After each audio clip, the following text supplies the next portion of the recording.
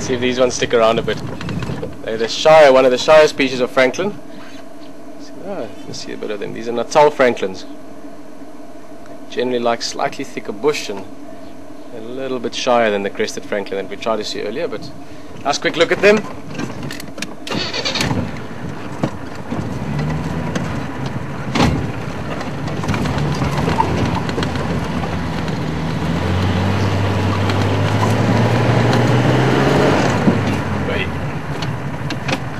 Try this.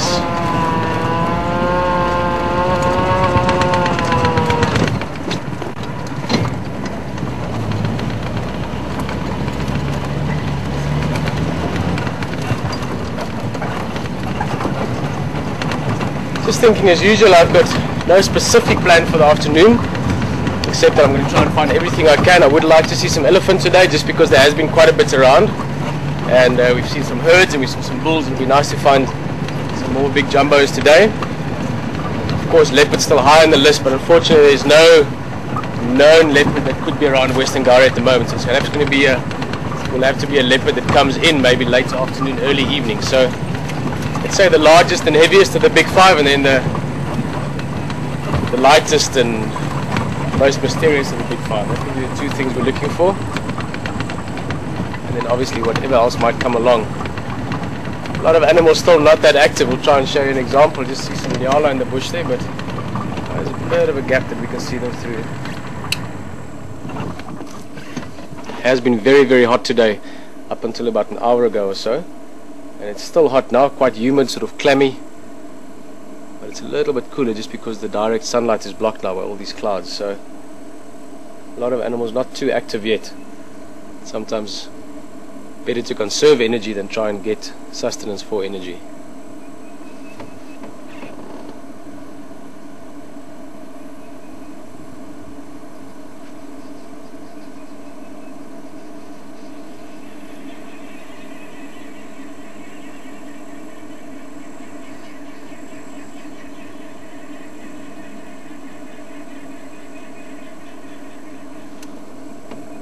Beautiful Nyala bull. This is actually a guy that we see around every now and again. It's physically about as big and as beautiful as Nyalas get, really in his prime. This year, mating season coming up sort of later into summer, there'll be a bit of opportunity now as well, but the main height of the mating season, he'll be one of the boys around here.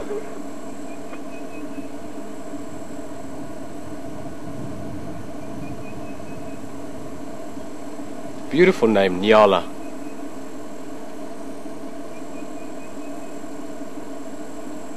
Guys, in the same family as kudu, there's big antelope with the spiral horns. Also in the same family as eland, for instance.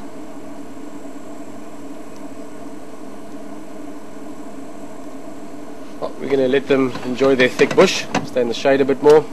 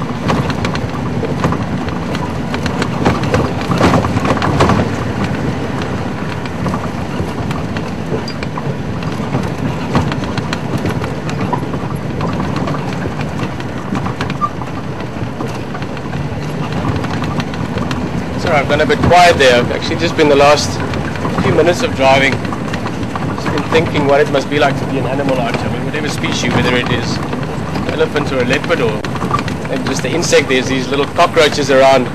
Just noticed them this afternoon around camp. Little guys. They're about that size, the size of the back of a pencil, and it's actually not quite a cockroach, but something similar. They fly as well, so you just get sometimes. Remember a few years ago when I was working down in the Lowveld, we had like it was like an explosion, including us. It'd be quite nice if humanity could stick around for a while still. Hopefully we keep our habitat livable.